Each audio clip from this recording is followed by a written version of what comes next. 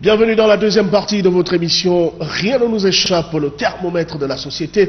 Je rappelle à toutes fins utiles que vous avez la possibilité de participer à partir du 07 19 70 05. C'est votre émission et nous parlons là des législatives 2011 au Gabon.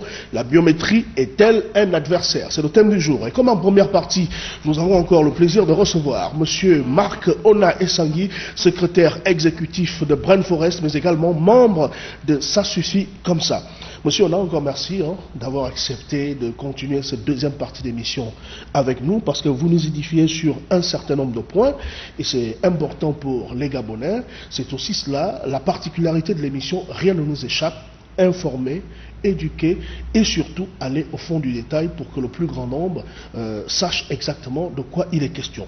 Alors, vers la fin de la première partie, nous parlions des moyens, parce que d'aucuns disent que la biométrie nécessite de gros moyens, et puis on est tout de suite tenté de penser que vous en demandez un peu trop. Ali Bongo Ondimba à la CAN à organiser, nous savons qu'il y a des infrastructures à réaliser, on ne les réalise pas avec les ongles, on ne les réalise pas avec les doigts, c'est avec de gros moyens qu'on les réalise. Mettre encore de gros moyens pour la biométrie, c'est un peu trop. Demander à Ali Bongo Ondimba qui veut faire du Gabon un pays émergent. Vous n'en demandez un peu pas trop là?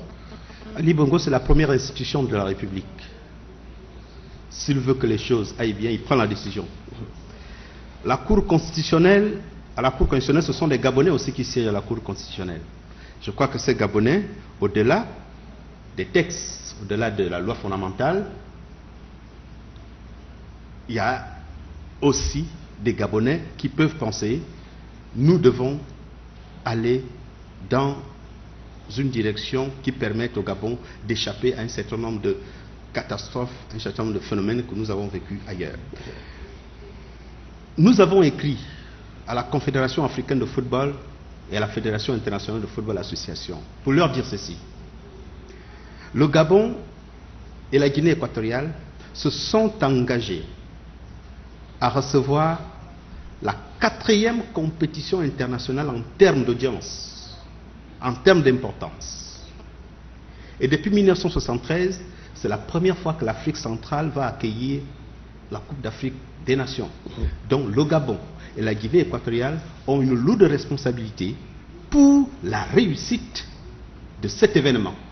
Je dis bien la réussite.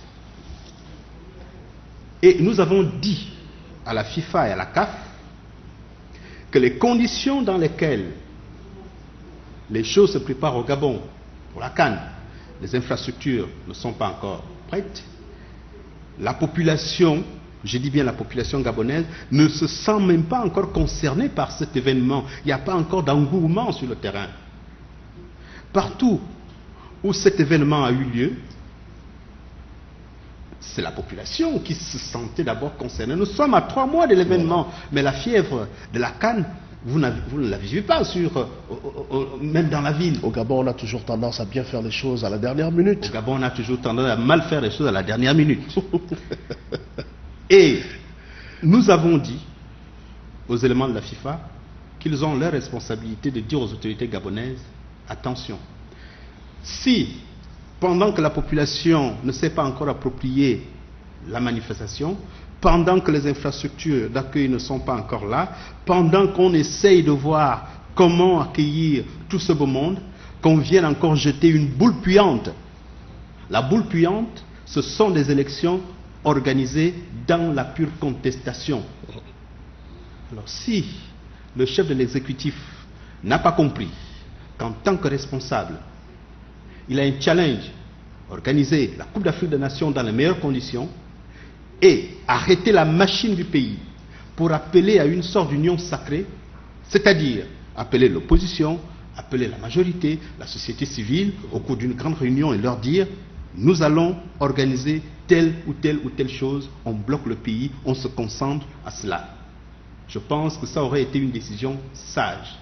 Maintenant que lui-même, en tant que responsable du pays, décide, d'organiser une élection avec la contestation qui se profile à l'horizon, à 1 mois ou 2 de l'organisation de la Coupe d'Afrique des Nations, il prend ses responsabilités. Maintenant, nous qui voulons que ces élections se déroulent avec la biométrie, nous avons des éléments qui démontrent que les chiffres qu'on nous balance pour dissuader l'introduction de la biométrie, ce sont des chiffres qui n'ont rien à voir avec la réalité. Et en plus, si le Gabon sollicite les partenaires, je vous ai parlé des partenaires au développement, qui sont prêts à mettre l'argent sur la table, ils le feront. Mais nous avons assisté. Si effectivement on avait la volonté d'organiser les élections avec la biométrie, nous savons très bien qu'on a acheté des immeubles en France qui ont coûté 65 milliards, alors qu'il n'y a aucun intérêt aujourd'hui à acquérir ces immeubles. On vient d'acheter aux États-Unis un bâtiment des Kennedy pour 3 milliards. On a acheté des véhicules pour 10 milliards. Mais vous pensez que tout ce que je viens de vous citer est plus important qu'organiser une élection transparente qui fasse en sorte qu'on ne soit plus à côté des guerres civiles? C'est tout simplement dire que le président de la République a fait son choix. Il a fait le choix des élections organisées dans le désordre. Je vous ai dit au départ que dans mon village, 50% des habitants n'ont pas retrouvé leur nom sur les listes. Alors qu'on nous chante, le préfet a débarqué dans mon village à 20h avec les listes, et ce sont seulement 2 personnes qui se sont enregistrées. D'autres se sont dit, écoutez, l'administration s'arrête à 15h. Quel est ce préfet qui débarque dans un village à 20h pour venir procéder à la révision de la liste électorale? Autant de cafouillages que nous sommes en train de constater, et je ne crois pas que nous soyons fous en disant, dans le cadre de ça suffit comme ça, nous disons, ça suffit comme ça, pas de biométrie, pas d'élection. Nous en parlerons dans quelques petites secondes seulement. Le temps pour nous de regarder avec une attention particulière ce reportage qui a été réalisé par l'équipe de l'émission Rien ne nous échappe. Le débat sur la biométrie va-t-il un jour prendre fin dans notre pays tant que la majorité républicaine se bornera vaille que vaille à aller aux élections législatives à venir sans cette arme? Là est toute la question. Et on se souvient aussi que les raisons évoquées alors se sont focalisées sur le coût financier de cette opération. Mais aujourd'hui, comment comprendre qu'un pays sans moyens lance malgré tout l'opération d'établissement des cartes biométriques? Tout le monde peut comprendre que le problème de la biométrie ne concerne pas les problèmes de moyens. Le problème de la biométrie est un problème politique. C'est pour cette raison que nous disons, au niveau de la société civile, nous continuons à dire qu'il faut démocratiser le pays. On comprend aisément que le pouvoir en place fait tourner en bourrique toute la classe politique ainsi que la société civile. Nous gagnons tous à instaurer la démocratie. Et la démocratie, c'est les élections transparentes. Et une des conditionnalités pour avoir des élections transparentes, c'est la biométrie. Nous avons suffisamment de moyens. Sinon, on n'aurait pas engagé, comme vous dites, l'opération de carte d'identité biométrique, puisque ce sont les moyens. Ce sont les mêmes moyens qui sont utilisés là. Pourquoi ici on peut les utiliser et là on ne peut pas les utiliser? Donc notre message est clair, nous voulons la paix dans ce pays. Mais que les gens qui dirigent ne poussent pas le peuple à bout pour qu'eux-mêmes qui veulent mettre en place des programmes de développement puissent mettre en mal ce qu'ils veulent faire pour le pays. Il est grand temps que les hommes politiques de tous bords cessent de penser à leurs intérêts, à leurs avantages et à ceux aux affaires de faire preuve de réalisme en prenant conscience que le vent de la transparence qui traverse le continent concerne tous les pays, à chacun d'y faire attention et prendre garde.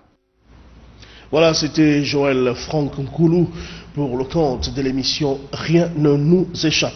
Alors, monsieur Na, vous dites bien, à ça suffit comme ça. Pas de biométrie, pas d'élection. Pensez-vous que cela soit possible? Nous réaffirmons, pas d'élection, pas de biométrie. Quels sont vos pas moyens? De biométrie. Vous disposez de quels moyens pour pouvoir faire reculer l'élection? Chacun peut avoir la lecture, chacun peut avoir sa propre lecture de ce slogan, pas de biométrie, pas d'élection. C'est un bras de fer? Si d'aucuns pensent que c'est un bras de fer, ça n'engage que ces personnes. Mais nous disons, nous ne pouvons plus continuer à rouler les Gabonais dans la farine. Nous ne pouvons plus continuer à servir de serpillère, de marchepied pour des hommes politiques qui ont d'autres ambitions que le développement du pays. Je vous ai pris un certain nombre d'exemples.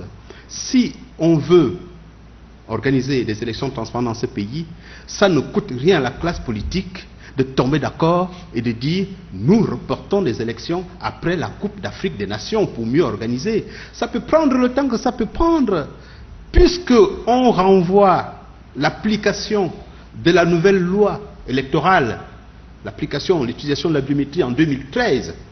Et donc, pourquoi ne pas reporter les élections législatives en 2013?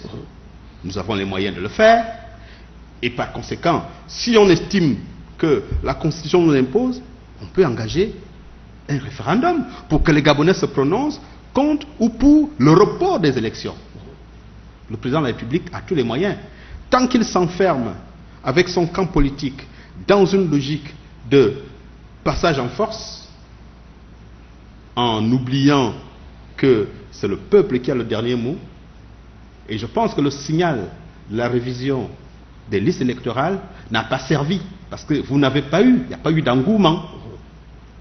Il n'y a pas eu d'engouement du tout. Ça veut tout simplement dire que les Gabonais en ont marre de se faire utiliser par des hommes politiques. Et nous disons, ça suffit comme ça, nous ne pouvons plus continuer à servir. C'est pour ça que la classe politique, les hommes politiques de tous bords confondus, l'opposition majorité, qui ont rejoint notre mouvement, qui sont d'accord avec ce que nous disons, nous travaillons avec ces éléments. Je dis bien, ça suffit comme ça, vous avez et les gens de l'opposition et les éléments de la majorité.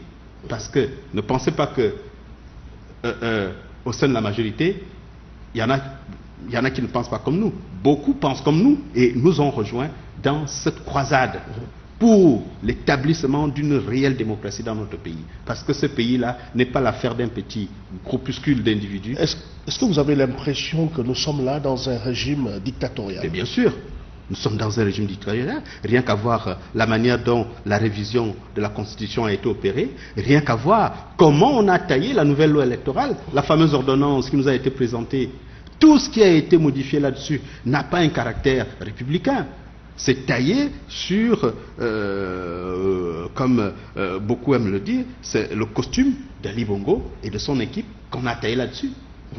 Alors, monsieur Ona, il est tout de même important de constater qu'il y a autant d'acharnement sur la biométrie pendant le règne d'Ali Bongo Ondimba, chose que nous n'avons pas véritablement vécue pendant que Omar Bongo Ondimba était à la tête du pays. Est-ce que, avec ces pressions, avec ces menaces, parce que si vous dites pas de biométrie, pas d'élection, vous menacez.